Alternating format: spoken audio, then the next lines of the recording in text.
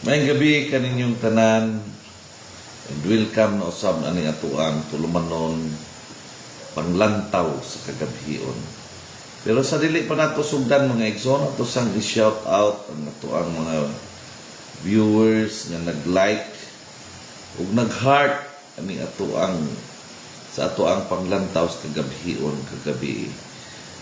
Si Ate Maribel Alico Saison, Ate Juvie, Ate Ma'am Juvie Impalmado, Sinalin J. Martinez, Pastora Sheila Maris Haranilia Makigaangay,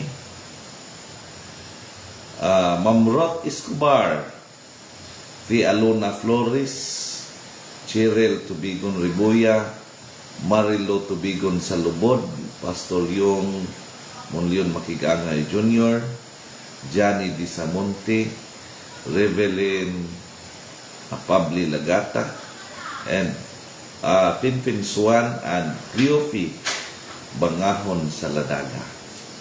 Kaninyong tanan nga nag-like ug nag-heart, daghang kayong salamat sa inyong support sa ato ang program matagabi panglantaw sa kagabiyon.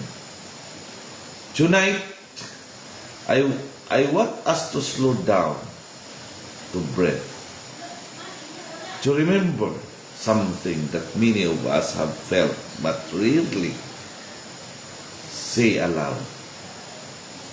Family is not always about blood. I have seen an image on Facebook. The image is simple yet powerful.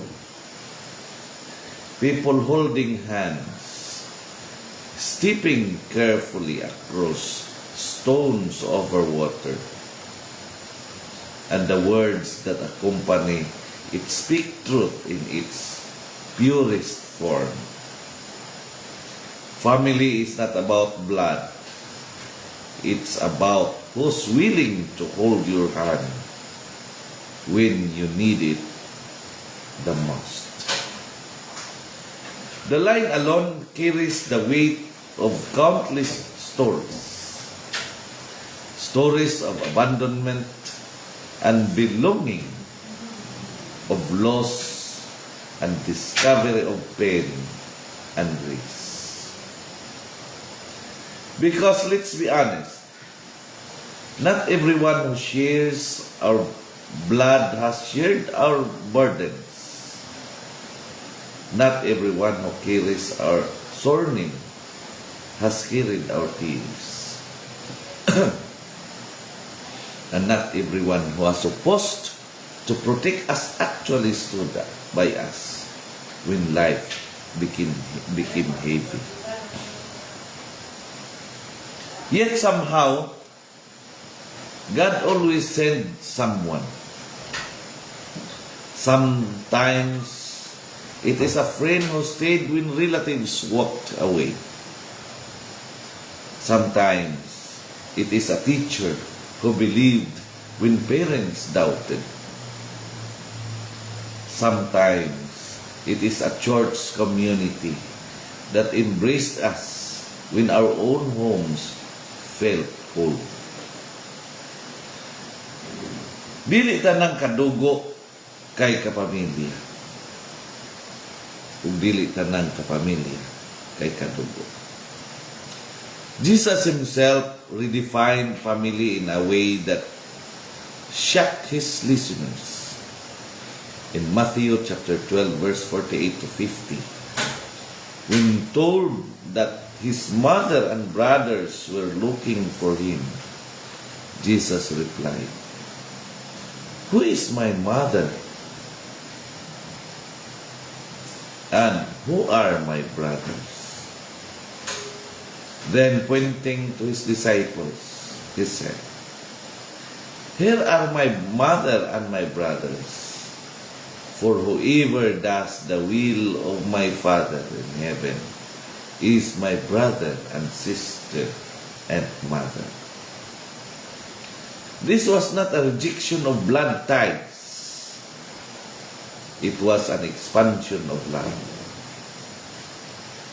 Jesus was saying, family is formed by faithfulness, not just genetics. And this matters deeply today because many people are quietly grieving the families they wish they had. Some grew up in homes filled with noise but empty of care. Some learned early how to survive without emotional safety. Some became strong not because they were supported, but because they were forced to stand alone. Yet God sees that. Psalm chapter 57 verse 10 says, though my father and mother forsake me, the Lord will receive me. That verse has comforted generations who felt forgotten. God does not deny the pain of broken families.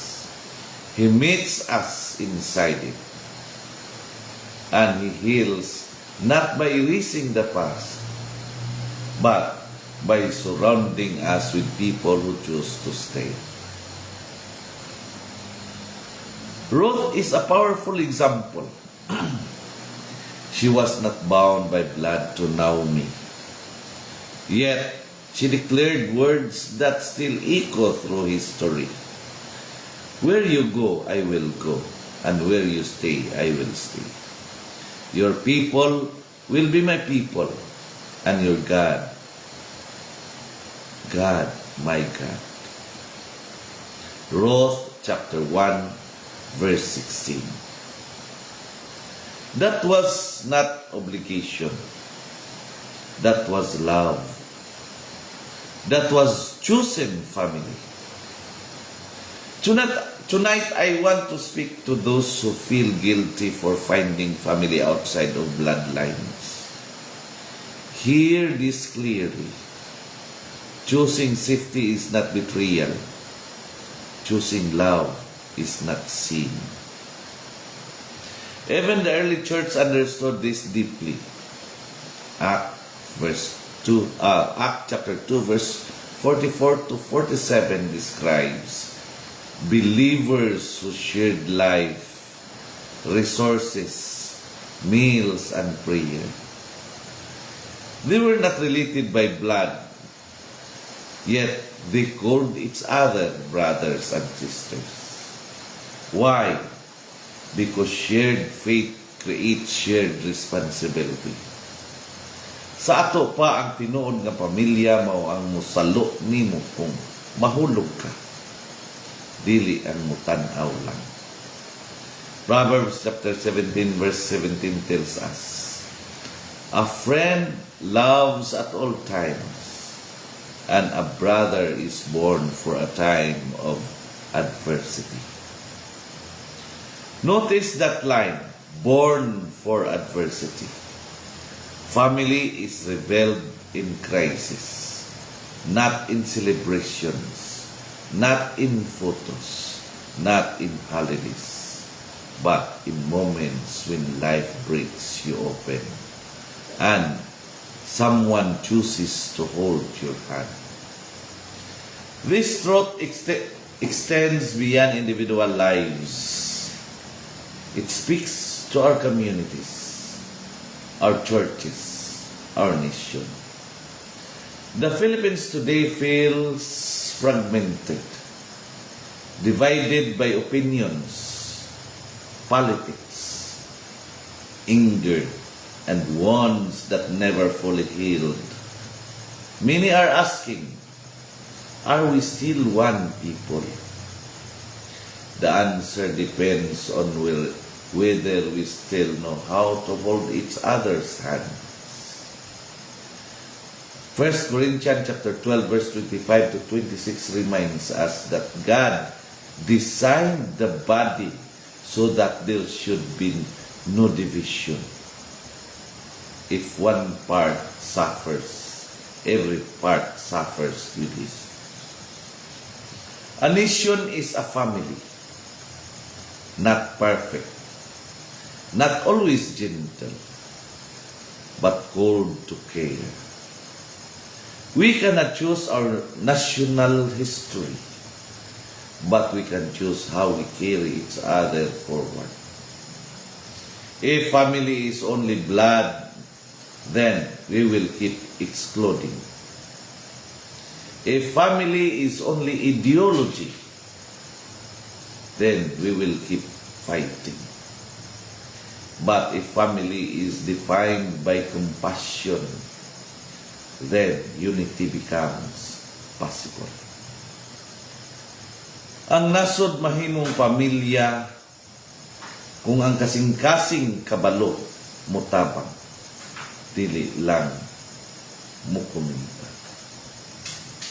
Jesus summarized the law simply in John chapter 13 verse 35. By this everyone will know that you are my disciples, if you love one another. Not if you agree, not if you are related, but if you love. So tonight, let us reflect honestly. Who held your hand when you were weak? Who stayed when it was inconvenient? Who chose you not because they had to, but because they wanted to. Thank God for them. And then ask yourself, whose hand can I hold today? Because one day, you may be the only bridge someone can cross. This is panglantaw sa kagabhion. Di ng kahayag, nagadanag bisan pa sa kanya. Kini inyong igsoon, higala galagad Jeremias labaho tubigon sa makausapang moingon, nga sa atong pagpangandoy ug matarong nga katilingban, ang kamatuoran gayud ang atong suga. Ug sa kangit-ngit sa kasaysayan, ang tinud-anay nga pamunuan, ang labing hayag nga paglaom. And tonight's truth is this: family is not proven by blood. It is proven by presence, by patience, by love that stays. Daghang kayong salamat sa inyong pagtanaw, pagpaminaw. Shout out Marifi Sumalfong Sanlaw nga nagtanaw karon. Og ang Dios magapanalangin ug magapanalangin kanatong tanan. Maayong gabi.